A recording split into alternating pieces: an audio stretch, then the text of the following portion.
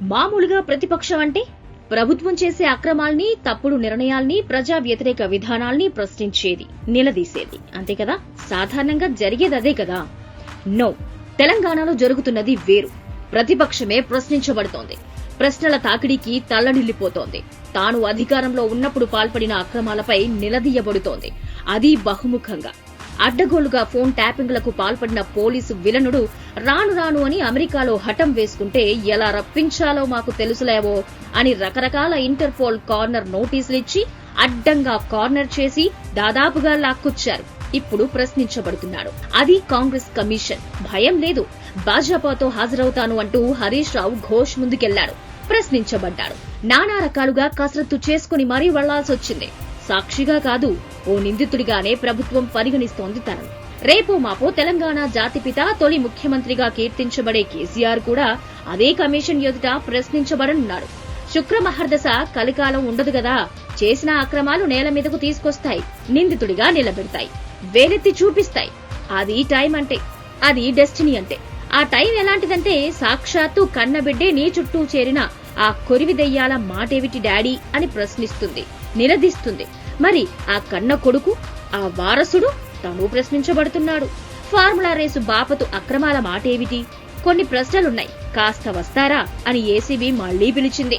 అయితే రాటుదెళ్ల రాజకీయం కదా, మేం ప్రశ్నిస్తున్నామనే మమ్మల్ని బుక్ చేస్తున్నారు అని ఎదురుదాడికి దిగుతోంది.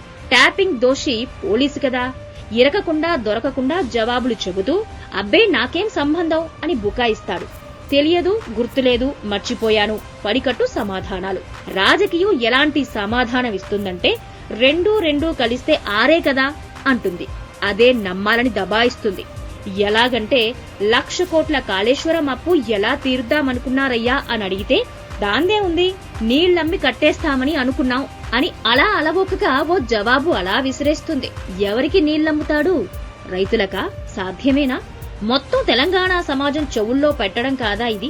అల్లుడిలాగే మామ కూడా అవే జవాబులు చెప్పబోతున్నాడు. అదేమంటే కేబినెట్ నిర్ణయం అంటాడు.